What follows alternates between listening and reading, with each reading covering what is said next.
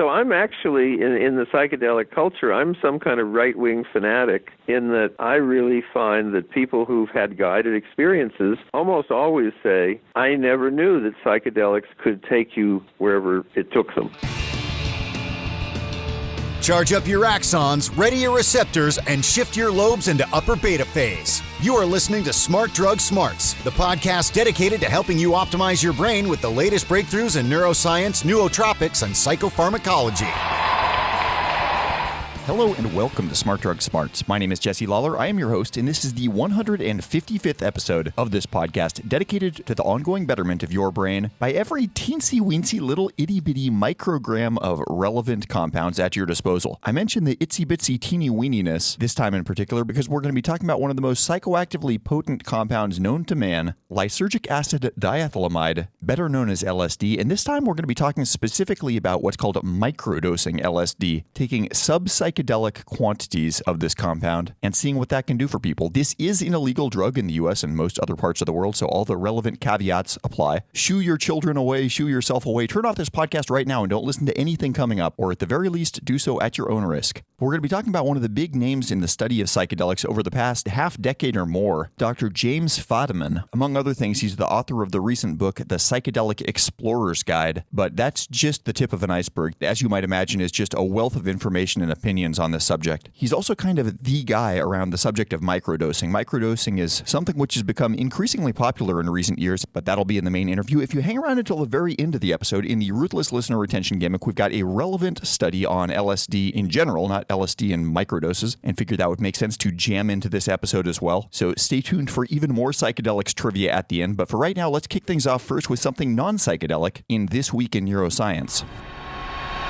Smart Drug Smarts, This Week in Neuroscience. So I think every decade probably has its own little office/desk paraphernalia that comes really into vogue. In the 1970s, you had the pet rock, and I think probably the 1990s, it was that little Nerf-style basketball hoop that you could hang on the back of a door and throw shots into. It might be that in our current decade, standing desks are the similar sort of office hipster fashion statement. Others may have their own opinions. I'd be happy to hear and entertain those, but maybe even the next step on top of the standing desk is the walking desk or the treadmill desk. I will plead guilty that I've actually been building a treadmill desk. I'm not quite finished with it yet. I'm going to kind of geek it out even a little bit more than I have. But there's a lot of advantages, both physically and apparently mentally, to kind of keeping a low level of physical activity going as frequently as you can. And if you can combine your phone time or your computer time with walking time, then that can be pretty helpful. So one thing that obviously differs with treadmills versus normal walking is that when you're normally walking, the world's sort of flowing by you at the speed of your walk. And humans get used to this. Scientists call it optic flow, the speed at which we're used to having stuff kind of whiz by. And you don't even notice it until suddenly it changes. One example might be if you've been in an airport, you hop on one of those little conveyor belts that make you walk faster. All of a sudden, you're walking at sort of a normally comfortable speed. It feels like, wow, the world's really zipping by, and it's kind of a cool feeling. But an exercise treadmill or a treadmill desk is exactly the opposite. You're walking at a normal speed or maybe even greater than a normal speed, and the world around you remains stationary. And scientists have done some looking into what this actually does perceptually, if there are after effects of getting our brain used to walking but not seeing the world slide by. Not surprisingly, or I probably wouldn't be mentioning it, it turns out that there are. If somebody has been walking in a treadmill for a while and then you get them to attempt to walk in place while blindfolded, so basically just sort of doing stationary steps, they tend to drift forward. This is similar to the Red Queen effect in Alice in Wonderland, where you need to run all the time just to stay in the same place. They've learned that effort is required just to sort of match pace with their environment, so then when you take them off that treadmill, they wind up creeping forward little by little. Similarly, after walking on a treadmill and then putting people out in the outdoors, people overestimate the walking distance to hit certain targets. Basically, they think that they're going to have to put more effort into the walk to get to someplace, because being on the treadmill has taught them that a reasonable amount of effort doesn't really get them anywhere, geographically speaking. Now, prior to some recent experiments, the default assumption has been that the walking speed that the person was walking at on the treadmill was what correlated with the amount of inaccuracy in the person's guesswork when they were back on their own 2 feet in the real world. If you're on a treadmill walking really fast, your guesses would probably be even more off than if you were walking relatively slowly. However, it turns out that that might not be so, and actually, by doing a series of experiments with an inclined treadmill, treadmill. People who walked on a treadmill of a greater incline, they were having to put more effort into it because they were constantly walking uphill. When you put them on flat ground, they would actually drift further forward while attempting to walk in place than people that walked on a flat treadmill. This effect could be diminished and even reversed by having people walk on a downhill incline treadmill. And now the theory is that people are making this subconscious guesswork based not on their walking speed, but on bioenergetic units, on how much energy the body's actually putting into getting somewhere, or in the case of a treadmill, not getting anywhere. So pretty interesting. One of those little senses that you never even think about. I remember as a kid, it was always, there's the 5 senses: sight, sound, touch, taste, and smell. But we've got all these other little ones, like how much effort you're actually putting into walking at a certain speed, at a certain incline. Somewhere in there, your brain is tabulating metrics for all these things. And if that's not a sense, then what would you call it? Pretty interesting stuff. And if you've got a treadmill desk on your holiday gift list, you can think of it not just as an exercise device, but also as a low-grade optical illusion machine.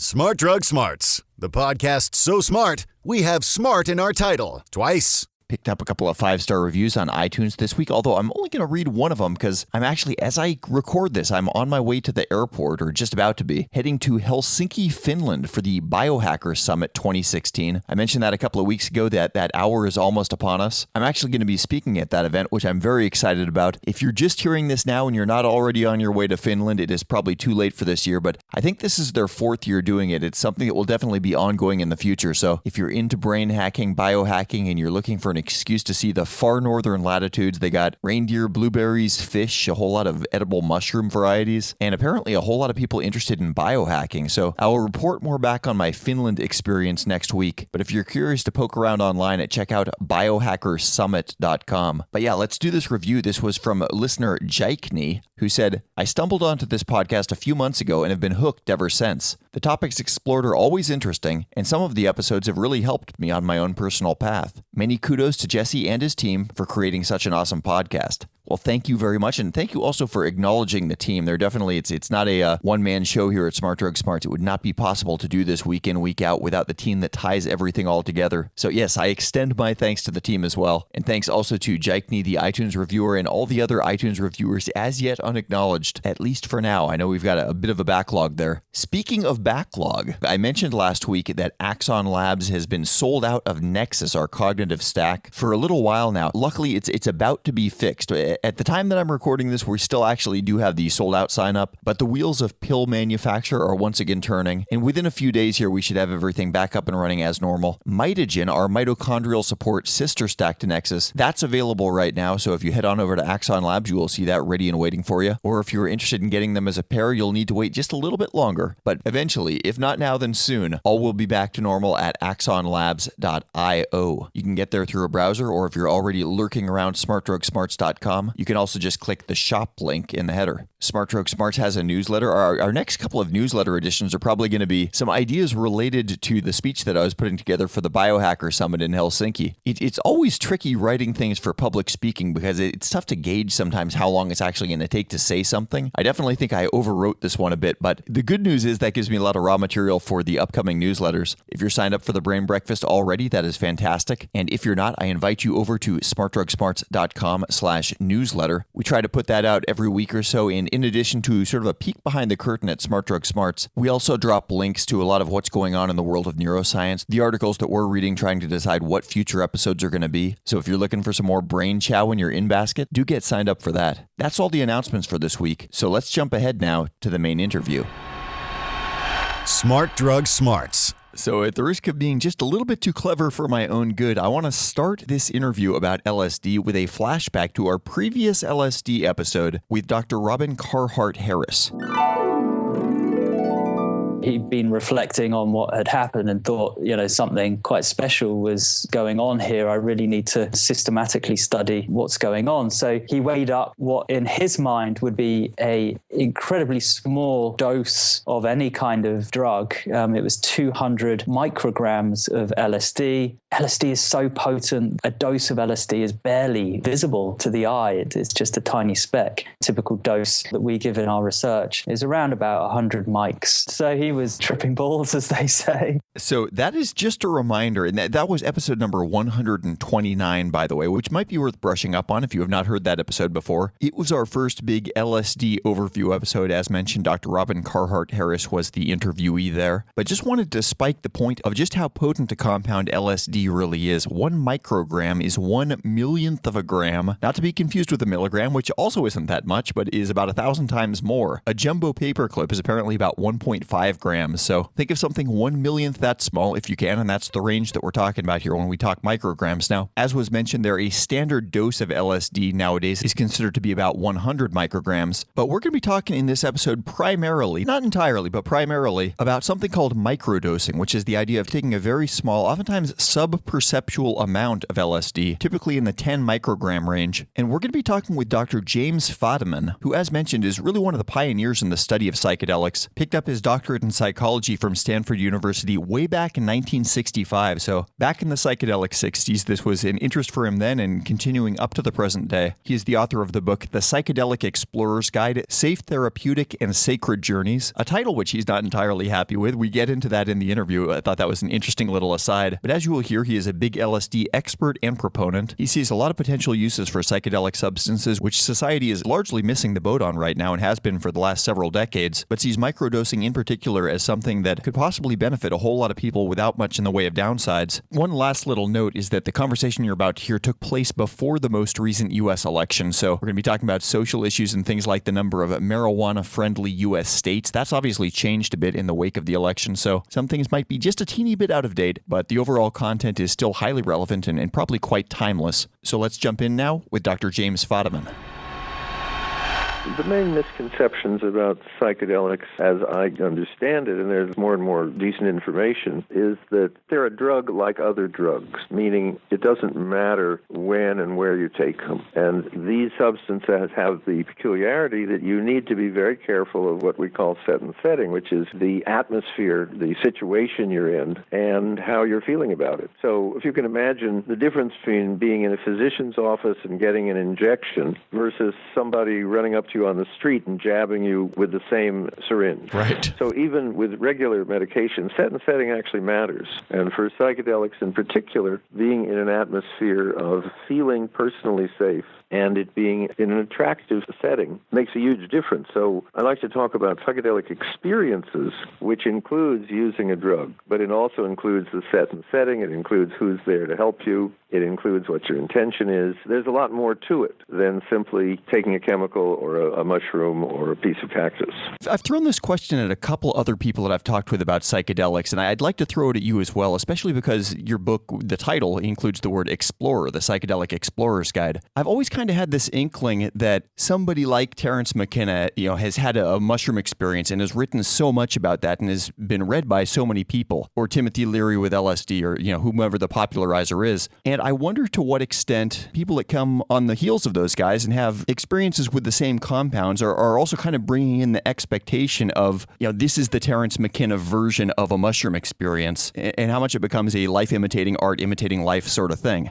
Well, probably part of everyone's experience is brought on by what they bring to the situation. And you can't be totally naive in itself. That would not be a good way of thinking about it. But right. What seems to be important is what's people's intention in taking a psychedelic. If they want to simply go to a concert and understand why those light shows are so elaborate, that's a perfectly okay thing to do. If, on the other hand, they're interested in finding out why the mystics of every religious tradition seem to agree on a great many things and that there must be a common experience, that's a whole other setting. And people who are interested in being in psychotherapy, in improving themselves or discovering what problems they have in their minds, that's another situation. So it does depend on what you bring to it. The most important book is really Aldous Huxley, whose original book, which was full of delightful kind of visual expansions and a feeling of loving music and understanding a great deal about the mystical world. That was his first experience that he writes about, where he was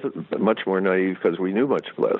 So it's a little bit like if you're going to go on a date, you're not naive. You may not know quite what's going to happen, but you have some expectations and you have some idea where you might be going and so forth. That's a great analogy. I like that.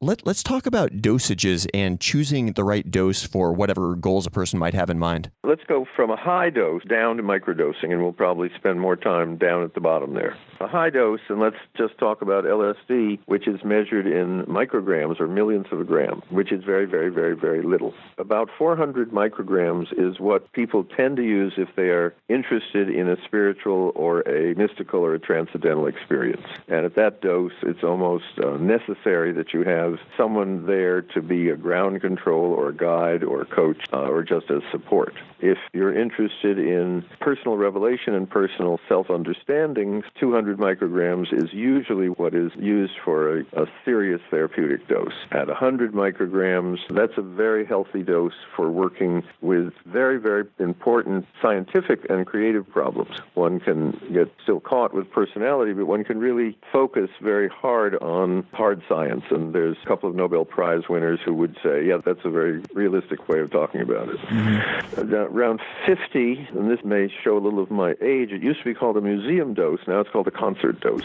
And that's the kind of have a good time. And people can still get caught in some very difficult emotional places, even at a low dose, but it's not usual. And the fact is that LSD is far safer than even the people who are violently against it would imagine, because since it became illegal, 24 million Americans, and just Americans, have taken LSD, and that's just one of the major psychedelics. And it has clearly not been a national mental health problem. So let's go down then from 50 to 10. Now, at 10 micrograms, which is called a microdose, this is what's called subperceptual, meaning there isn't any of the classic psychedelic effects. There's no visual jazz out in the outer world. The rocks, as someone said, don't glitter even a little, and the flowers don't turn and look at you as you go by. Basically, the world looks the way it normally does, maybe a little clearer, as if when you first get a new prescription of glasses and everything looks a little brighter and the edges are a little crisper. But what happens with a microdose is that you seem to function better, that your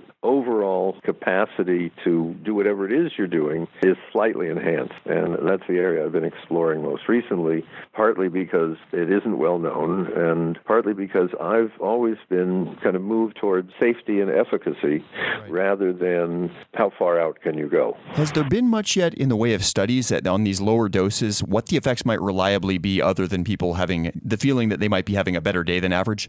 Well, the only research that I know of that is out there is research that I've actually done. Yeah. I am involved in helping two studies, one in Australia and one in Europe, that are doing formal research through an institution and all the usual double blinds and so forth. But that work hasn't gotten very far. What I have done is simply ask people would they report of their own experience using microdoses. And so I have a couple of hundred reports. So when I say it helps people feel better, that's really based on a great many objective reports, just as if one had given it to them in a lab and then said, what are you feeling? In terms of physical measurements or brain measurements, it's not likely that it's going to show much at that very tiny level. Let me kind of go into a little bit of who writes me. This is from now, I think, 16 countries, so it's not an American phenomenon, it's not a hippie phenomenon. Range of ages is about 19 to 70. But about half the people are saying, I'm suffering from debilitating depression and anxiety. I've been this way for some years. I've taken a number of medications. Some helped, but I didn't like the side effects. Would microdosing be helpful? So that's the request. Yeah. And then I send them a note saying, a number of people have written me with a similar problem, and they have indicated it's been extremely helpful. And then I get reports back that say, from the first day, I felt better than I have in years. I feel like a human being. I'm able to handle some difficult situations that seemed impossible before. And so it's hard to say that's a placebo. And if it is, fine. Because in my understanding, and this is not proven, but if we take the word placebo, which is a terrible word, and replace it with something that makes much more sense, called the natural healing response, which is something gets your body to do a better job. That's what we call, quote, placebo. But if you imagine then that a microdose simply accelerates or intensifies your natural healing response, that seems to be what the data shows. And let me give you a much more easier to get example, and I think it'll handle the question of is it a placebo? And this first came to me from a young woman in London who was taking a month worth of microdosing, and that's once every 4 days. And her interest had been something related to depression and anxiety. And she wrote me a note and said, I know I owe you a report, Dr. Fadiman, but I thought you might be interested in this. Is during the month, I had my period, which has always been crampy and painful. It was not. It was totally normal. And I went to a meeting in London, a meetup about people interested in psychedelics, and several other women in my age group said they'd had the same experience. Now, that's, to me, very exciting and somewhat remarkable. Yeah. And totally no one taking high doses has ever mentioned it. And it may only happen with microdoses where you're taking this tiny bit every few days. Since then, I've been reading my reports very carefully from younger women, and my N, as we say in science, my number of people is 5 now. So that, to me, is an area where research should be easy to do and pretty exciting. Yeah, no, it's so interesting, all these potentially therapeutic uses. It just makes it all the more frustrating that these things are illegal, largely because of political motivations in the 1960s to be able to make something that the political left was doing was illegal. If they'd been, into crocheting could have been made illegal. Let's be even clearer, since the evidence is now out with Ehrlichman and Nixon quoting, where they're basically saying, if we declare a war on drugs, marijuana and psychedelics, we can basically make war against the people we hate, which happen to be Negroes and hippies. Right. So that the whole drug war, it turns out, had nothing to do with drugs. And Nixon had a commission, as about every 10 years there's a national commission to evaluate marijuana, and they all come up with, it's incredibly useful, it has a lot of medical possibilities, and it does no harm. And again, Nixon made sure that report never got published.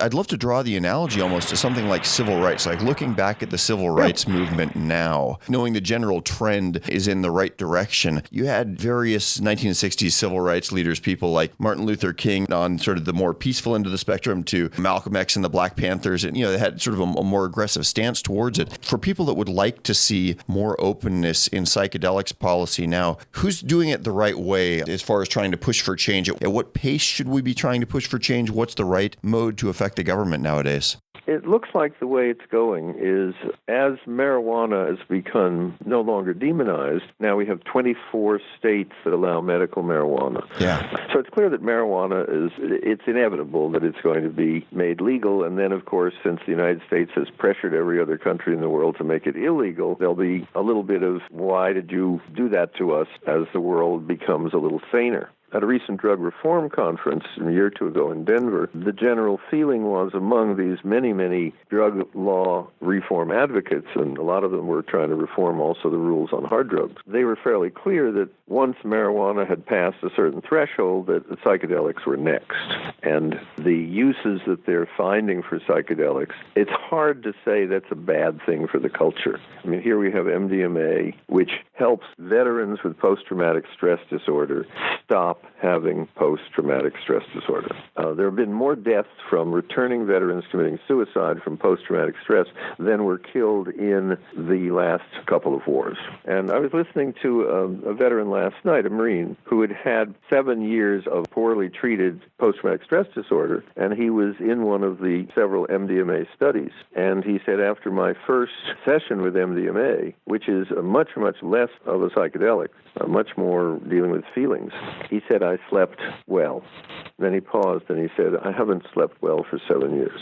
And as he went on to describe the total effects, he said, I was back, I was a person. And I have to tell you that if I hadn't had MDMA, I don't know if I would be, not only not at this microphone, but I really don't know if I would be alive. So, it's hard for a congressman even to stand up and say, I really want more veterans to commit suicide. With a different drug, psilocybin, made from the psilocybin mushroom, the research on on end of life. These are people who have a terminal diagnosis, and they're depressed and anxious, which means that they're unhappy, their family's unhappy, and all the medical staff is unhappy. And when they're given psilocybin in a safe, supportive setting, and they have a different way of looking at themselves, their identity, and their lives, they're still going to die of a terminal illness. This isn't a cure, but every moment of their life they have left, they appreciate. I'm remembering a scene from a video of a woman dying of cancer, and she moved from basically being isolated and miserable, and you see her on the video planting flowers with her granddaughter. Again, it's going to be hard to be against this kind of research. Let's flip this on its head and look at it from the opposite perspective. Who shouldn't take psychedelics? What type of person would you meet and say, you know what, this is a bad idea for you? Well, the research studies don't take people in with a history of mental breakdown who are bipolar and have had serious mental issues. The research is that unless you have a fairly solid ego, you shouldn't transcend it. Yeah. And again, I get people even with microdosing, out of the couple of hundred people, one or two have said, the first dose or two made me more anxious, not less, and I would write them back and say, well, stop. And they would stop and everything would be fine in a day. The thing about any substance is if you give it to enough people, it's going to be bad for someone. And as pharmaceutical companies have learned to their chagrin that you put out enough of it and people start dying from it, and that didn't happen in all your trials. That's the thing I like about microdoses is that people who are at least anxious and depressed, because I've worked with a lot of those people, they do fine. There is something about depression that we don't understand that seems to be, again, an imbalance somewhere in the brain-body system, and microdoses seem to do this balancing. And when I say balancing, I know it sounds a little deliberately vague because it's so general, but what I've found is when people are microdosing as a self-study for, say, a month, a number of people, and this is not their intention, report that they're changing their diet and it's healthier. Their sleep has straightened out. They are doing either both exercise when they weren't, meditation when they weren't, yoga when they weren't, and they are reporting this with a kind of amazement. None of them are saying this is willpower. And it's as if, if you have a bad health habit, say you smoke, and I haven't yet met anyone for a long, long time who says smoking's good for you.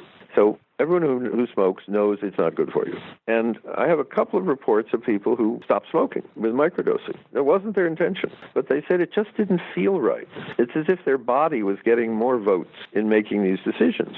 Just as if you're a little overweight and there you are at some place like the cheese factory and you have a dessert in front of you that is 1,000 calories. Mm-hmm. And part of you says, I really don't need this dessert. I don't want it, and it's bad for me. And another part of you says, oh, come on, we're here. Let's just eat it. It's a pleasure. Now, those are two different aspects of yourself. And it looks like with microdosing, the sensible one just seems to win these discussions more of the time. We're not talking amazing breakthroughs. We're talking generally being healthier. What about the age? And of course, this is going to vary from one person to the next, but do you think that there's sort of a minimum age threshold before a person should attempt psychedelics for the first time? Well, given how many people will say to me, no, man, I did it before that and I'm fine. Right. My feeling is it's nice to have a little bit of life under your belt before you do one of these higher dose experiences because they're very therapeutic. And if you don't have much life under your belt, you don't get much benefit.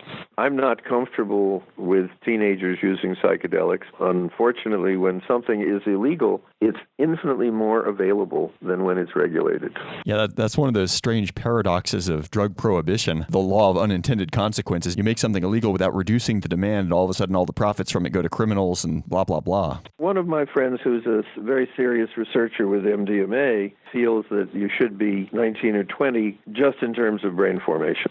But again, we have no data because we have had 40 years where we haven't been able to do research. There was a flurry of data that said marijuana lowers your IQ. Unfortunately, or fortunately, that didn't turn out to be true. There seems to be very little effect for moderate marijuana use among teenagers, and like everything else, very heavy use of marijuana and very heavy use of almost anything has detrimental effects. This may be one where we have to more or less fall back on anecdotes because I don't think this study has ever been done, but for the classic psychedelic compounds, the psilocybins, the LSDs, mescaline, are there any known negative long-term physiological consequences for repeated high-dose use? Well, as far as we know, no. If you kind of listen to Dennis McKenna, for example, who's one of the most glib, beautiful talkers on the planet, here's someone who's used more psychedelics than anybody ever should. And he's fantastically erudite and literate and charming and intricate. Now, if you go back into his biography, when he was 20 or so, he took a massive overdose and was quite bizarre for a week or two. But however, even that, no problem. And we do have a few cases where people show up at the emergency room having taken massive amounts of acid, are in comas, really serious health issues. But again, it seems to clear up in 12 to 24 hours, and they indicate they're none the worse for wear. One role in the psychedelic experience that you talk a lot about in your book is that of a guide, having sort of a sitter or a guide, somebody that might kind of be there ringside as somebody else goes on a higher dose psychedelic trip. Can you talk a little about that, kind of what the ideal relationship between a guide and a psychedelic explorer might be? I was trying to use the word Sherpa, and Sherpa are these Nepalese who go up Everest with you. And you, the heavy-set, overly athletic European-American man, covered with safety equipment and oxygen. And next to you is this guy in flip-flops walking beside you, who is used to walking this mountain a couple of times a month. Now, you don't want to go up without him, because he knows infinitely more than you do about the problems that you both will encounter. That's a kind of guide. Mm-hmm. The other kind of guide, which is more a psychedelic guide, is someone who is there if you need help. It's a little bit more like when you're on safari, you have a guide. The guide doesn't see the animals for you. But he says, if we go over here, there's an overlook, and you can watch, the ibises go by. And, if I were you, I would stand behind this tree because the rhinoceros is coming towards us. And it's up to you, but I'm standing behind a tree. And so a guide is someone who is there when you get in trouble. And in trouble is when you get into an area of your own mind or of the larger mind that is frightening to you. For instance, it's not unusual for people with a high-dose psychedelic to feel, for example, that their body in some way is shifting shape, that their arm is melting or twisting. And they say to the guide, I think my arm is falling off. And the guide says, it's actually not. Right. And you say, oh, and then you remember you've taken a psychedelic and you go on. It's to allow you to go farther. And it's what a good guide is for everywhere, which is to give you more of the experience for yourself because they know the territory. Now, in the book, it mentions that the guide should not him or herself be on any psychedelics. Talk about the rationale there. Is that a hard and fast rule? Well, the notion of the guide not having any psychedelic means that their total function, all they're interested in is making your experience the best possible. Mm-hmm. That's all they're there for. If they have a low dose themselves, they may be more easily able to track you, and that's really a question of skill. As you get to be a better guide, you just don't need that. But also there's a tendency for them to get interested in their own minds. And it's a little bit as if you say to the surgeon, would you like a little anesthesia just to relax you before you do your cutting? Yeah, okay. Well, it would relax me, but I really want to just pay attention to you. So I'm actually, in the psychedelic culture, I'm some kind of right-wing fanatic in that I really find that people who've had guided experiences almost always say, I never knew that psychedelics could take you wherever it took them. Mm-hmm. And, when I was guiding people, and I don't anymore since I am a much more visible figure, and people would say, I've taken psychedelics for 30 years, but I've never had a guided experience. And I realize now I wish I had. Tell us about that a little. I'm guessing that probably the majority of people who are listening who have had psychedelic experiences have probably not had a guided psychedelic experience. What are they missing? What are some of the differences that somebody might expect? Well, first and foremost, it's safety. It's really what we would call, when we all drank, a designated driver, which is there's someone who knows how to stop at stop signs and not speed and not have any accidents happen. So a guide is literally someone who may bring you a sandwich, help you go to the bathroom, and remember that you would like to not spend your next couple of hours looking at the swirling, interesting water in the bowl. but come back and perhaps look at some issues that you've intended to do. Right. It's so that you can be helped to do what you intend to do. Not having a guide is simply a little riskier. And my favorite, it's not a guide question, but it's how a psychedelic session can go wrong. This was written on the back of a little form that I'd given that night. He said, I was asking people about their best and worst experience. And under worst, he said, it was a great experience until the car caught on fire. Oh, no. So why did you choose not to go with the term Sherpa? Well, when you do a book title, you try and not have it to be any kind of a struggle for the reader. My original title for my book was called Shattering Certainty, which I thought was just an infinitely better title than the one my publisher and I fought over, because it was the best description of what LSD and psychedelics tend to do to your worldview. But as the head of sales said to me, people want to know what a book's about before they pick it up with nonfiction. So the word Explorer's Guide was a compromise from something the publisher wanted that was far sexier, but just wasn't true. How frequently do you recommend, and do you find that most people gravitate towards repeating psychedelic experiences? If somebody tries one of these experiences, it has a generally positive outcome, how often do people come back to it? Psychedelics are curious that way in that it's more like learning than having an experience. So that when people have a serious psychedelic experience in which they really gain some insight or change their worldview or have a deeper understanding of their connection to nature, there's no rush. In my book, I have a little comment that says after you've had a good psychedelic experience, in a month, if you feel you need another, that's a good indication not to. Because what it's really saying is you don't want to do a little personal work. You're trying to find a kind of easy road. So, well, a number of people I know basically take a psychedelic once a year. And a number of people I also know haven't taken it for 20 years. Yeah. And these are people who felt they got enormous gain from their experience. I'm really attracted to the idea of exploration of what the brain is capable of doing and looking under these weird psychic rocks. I'm not necessarily clear on what's to be done afterwards, or at least what's to be consciously done afterwards when one comes back to one's normal perceptual mode. The parallel is really with travel, which is there are people who are explorers, meaning they go places, and they go to the rainforest, they go to Machu Picchu, and they go to Nepal, and they go to Easter Island.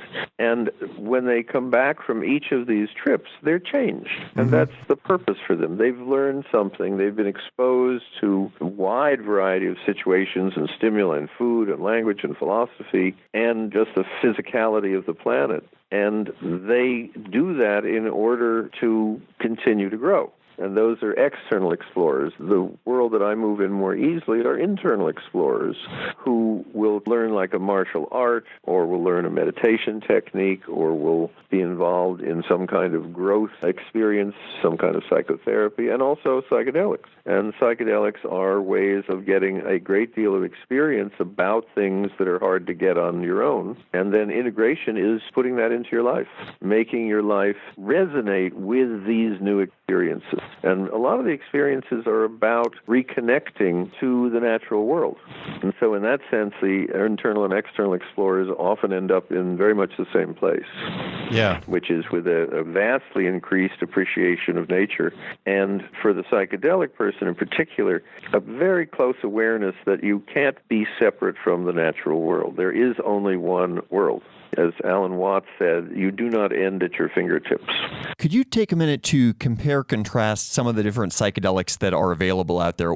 Assuming you had a briefcase full of psychedelics, when might somebody reach for the magic mushrooms versus the LSD? Well, the difference between LSD and psilocybin mushrooms is one is that psilocybin mushrooms seem to grow all over the planet.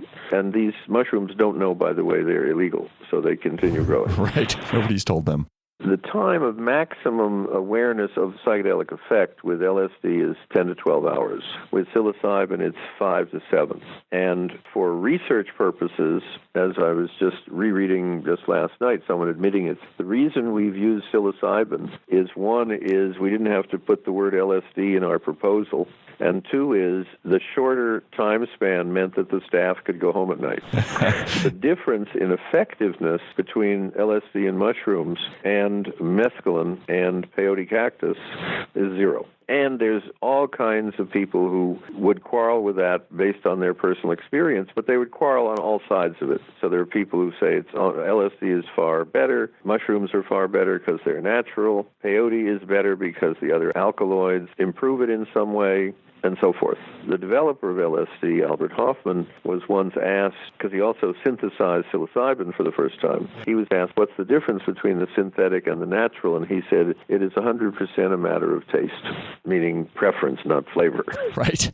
Now, there's a whole other group of substances which we won't talk about. The most important is now ayahuasca, which is a mixture of two plants and has a very strong, just as LSD has almost no physical effects, ayahuasca has massive physical effects. Yeah. And is currently very popular for self-discovery and also connecting to either the natural world or the supernatural world. I'm no expert on it. I am a fan of people who use it well and very angry at people who use it badly. I have got to plead ignorance other than just hearsay on ayahuasca. I've not ever tried that one myself, and partially that's just because I'm not that big a fan of uncontrolled vomiting and pooping. But I think even more than that, I've always kind of just not liked the idea that there's this sort of prescribed ritualistic induction ceremony kind of thing around it. I would just be much more interested to see like my own personal response to the compound than the, according to Hoyle, this is how you are supposed to use this compound with these, songs, these magic words, kind of that stuff. If you're taking it with an ayahuasquero, a teacher of ayahuasca, you're basically saying, how many years experience have you had in giving this? And he says, about 40.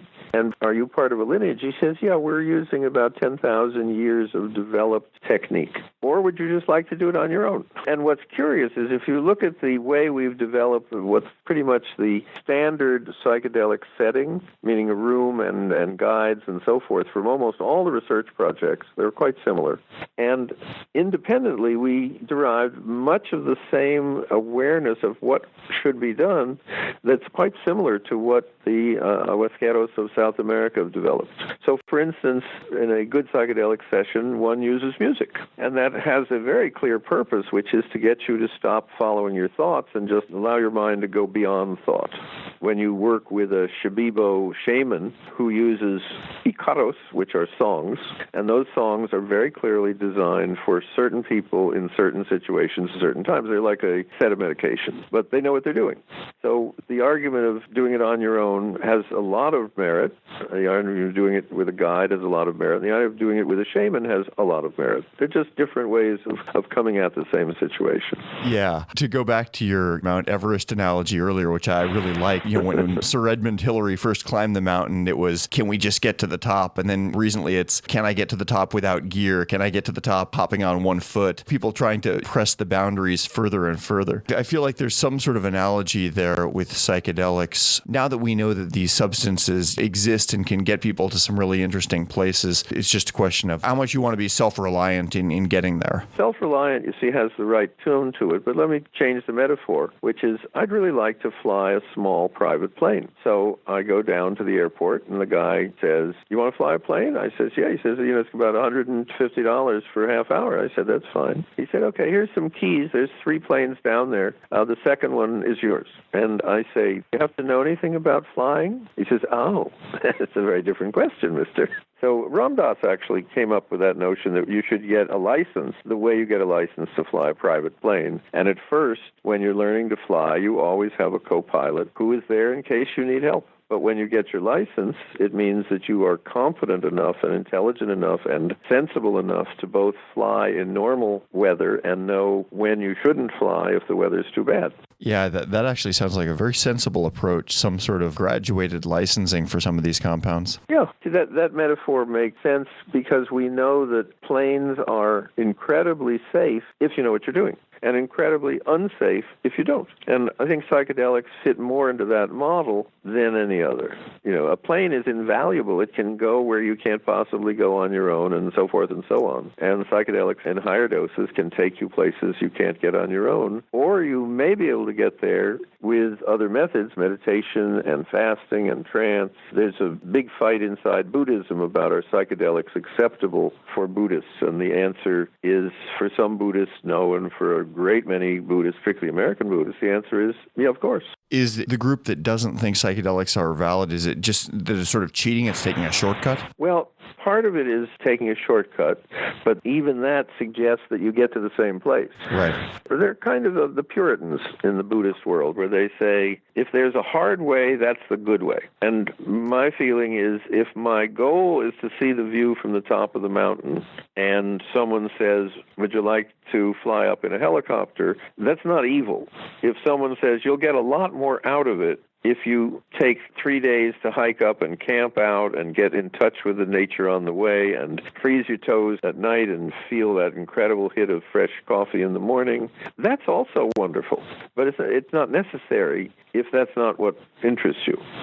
Those of us who do psychedelic research, we often say, well, there are many other ways to achieve these same states. But we actually don't believe that. We believe that there are many other ways to achieve the same insights and the same shifts in worldview. But we really don't think it's the same experience. Smart Drug Smarts. So thank you so very, very much to Dr. James Fadiman for taking the time for that conversation. We wound up slicing and dicing the range of possible dosages for LSD pretty finely there. Got more terminology, actually, than I thought we were going to. We had from a 10 microgram microdose to a 50 microgram museum dose. I was a little surprised by his citing of 100 micrograms as being ideal for sort of imaginative scientific work, and then 200 micrograms plus for real exploration level, not planning on having any strictly rational thought processes for a while level of experimentation. Again, all the standard warnings and caveats that one should probably apply to this, consider them applied with a big red felt tip pen. LSD is illegal in most of the world, and there certainly are people for whom it is just not a good choice. People with a history of mental problems or even mental problems in their family. If your family has a history of bipolar disorder, schizophrenia, things like that should probably be major red flags. And even if that's not you, any given person, depending on what's going on in your life, your level of stress, your mood on that particular day, psychedelics can really turn up the volume on whatever you're feeling. So tread very carefully if you do choose to tread at all. For my part, I will say that I actually, over the course of the past couple of weeks, I've experimented with microdosing on several days just to kind of get a taste of the experience. And I had a little piece of paper, tab of blotter paper LSD that was cut into 1/8 size pieces. So technically, if all was done according to Hoyle, I'm sure that my X-Acto knife cutting probably wasn't perfect, but that should have been around 12.5 micrograms per dose. And some days I could feel a little bit of something, some days I could not. For me, that dose range is right on the threshold of I'm not quite sure whether I'm really feeling something or whether that's pure placebo. There were a couple of days where an hour and a half after I'd taken the first microdose, I really wasn't sure that I was feeling anything at all, so I would take a second microdose, going up to what would have been a quarter of an actual dose, and that I could always feel. There was always something there. For me, that did wind up feeling like an uptick of creativity, a little bit more mental energy, and, well, I don't want to say anxiety, but kind of like a stress to get things done or a stress to do something. I guess agitation is actually the word that I would use. It's almost like a positive agitation was what I felt when I felt it. But as he mentioned, this is not something where at a microdose level you're going to be seeing the walls start to melt or having the clouds part and God come down and talk. That kind of stuff is just not what happens at a microdose range. But you might feel something's a little different. You might feel something's a little weird. And anecdotally, it seems like for most people that tends to be a good weird rather than a bad weird. I think if somebody were interested in trying LSD for the first time, I would definitely recommend starting at a microdose range and kind of stair-stepping your way up from there. But something to keep in mind, and I believe this is true for all of the primary psychedelics, is that there is a real tolerance buildup like very quickly. If you do the same psychedelic on back-to-back days, you'll get dramatically less effect on the subsequent days. So tolerance builds up very quickly, and also tolerance dissolves very quickly. If you go several days without doing any psychedelic, then neurologically you'll kind of rebound to psychedelic virgin levels and be able to get the full effect maybe 4 or 5 days later. But I've spoken with people who have said, oh, I'm going to do like a self-experiment and do microdoses every day for a week. And honestly, if you were doing like a 10 microgram dose every day for a week, you might feel it for the first day. After that, it would likely be 100% placebo for every day thereafter, unless you were ratcheting up the dose every day just to get those same quasi-perceptual effects. Now, one natural question that comes up when talking about psychedelics, and particularly psychedelics done in a small enough amount like this where you could get work done, is how might this interact with other compounds? If I'm taking other supplements, if I'm taking other nootropics, are there going to be interactions that I need to know about? And unfortunately, I think the answer is nobody really knows. The studies have not been been done on that, other than probably a whole lot of N=1 studies out there, but for the time being, it is every psychonaut for him or herself, so far as that sort of experimentation goes. But to hear about a bona fide psychedelic study that actually is going on, let's scoot ahead to the ruthless listener retention gimmick. Smart Drug Smarts, Ruthless Listener Retention Gimmick. So earlier in this episode, we had a soundbite from Dr. Robin Carhart-Harris in the UK at Imperial College London. He's with the Department of Medicine there. And he's one of the most active researchers nowadays looking into the effects quantitatively of what's going on when people do psychedelics. Earlier this year, he headed up an experiment that gave LSD to 20 healthy volunteers and also had people as placebo controls, then used brain scanning techniques to see what the differences are between the brains of sober people and the brains of those who are tripping balls, as the not quite scientific term goes, but we all know what I'm talking about. One of the primary findings of these experiments is for the volunteers who took LSD, visual processing was conducted in many different parts of their brain, not just the visual cortex. So the idea of closing your eyes and seeing things, those sorts of hallucinatory swirls and shapes and computer screensaver looking stuff, in a very real sense, that is being seen. It's just being seen with parts of the brain that are not normally involved in visual processing, said Carhart-Harris. We observed brain changes under LSD that suggested our volunteers were seeing with their eyes shut, although they were seeing things from their imagination rather than from the outside world. Furthermore, the size of this effect correlated with the volunteers' rating of complex, dreamlike visions. He also pointed out that the way that the brain behaves in an LSD state bears a lot of resemblance to the way that infants' brains look. Our brains become more constrained and compartmentalized as we develop from infancy into adulthood, and we may become more focused and rigid in our thinking as we mature. LSD in this situation takes the brain from sort of the tight command and control structure that normally governs how information is passed around to kind of becoming like a free-flowing cocktail party where everybody's talking to everybody else, and areas of the brain that might not normally have much communication overlap are suddenly rubbing elbows. Also noteworthy is that this study was actually crowdfunded, with almost $80,000 coming from individual donations. Smart Drug Smarts, where we turn information into sound, into bits, into packet data that turns back into bits and sound, and then into neurotransmitters that release funds that release mail-order synthetic chemicals that cross the blood-brain barrier to release augmented performance from your brain. Okay, that's it for episode number 155. Thank you for hanging around until the very end. If you enjoyed this episode, you will find the links to everything that we discussed here up online at smartdrugsmarts.com/155. Last week, if you missed it, in episode number 154, we talked with Maya Salovitz about her recent book, Unbroken Brain, dealing with the science, the society, and her personal story with drug addiction. And next week, I'm a little bit torn on whether we're going to have sort of a more Thanksgiving-themed episode dealing with dietary fat, but we also had a really interesting and still somewhat timely interview about lead poisoning that I do want to get posted soon. So it's going to be one of those two, either dietary fats or lead. Lead, as you might imagine, is not a nootropic, so don't even think about it. But one way or another, I will be back here next Friday, same time, same podcast, and with the same unflagging commitment to helping you fine-tune the performance of your own brain. Have a great week, and stay smart. You've been listening to the Smart Drug Smarts podcast. Visit us online at www.smartdrugsmarts.com and subscribe to our mailing list to keep your neurons buzzing with the latest in brain optimization. Smart Drug Smarts should be listened to for entertainment purposes only, although some guests on the show are medical doctors, most are not, and the host is just some random guy. Nothing you hear on this podcast or read at smartdrugsmarts.com should be considered medical advice. Consult your doctor and use some damn common sense before doing anything you think might have a lasting impact on your brain.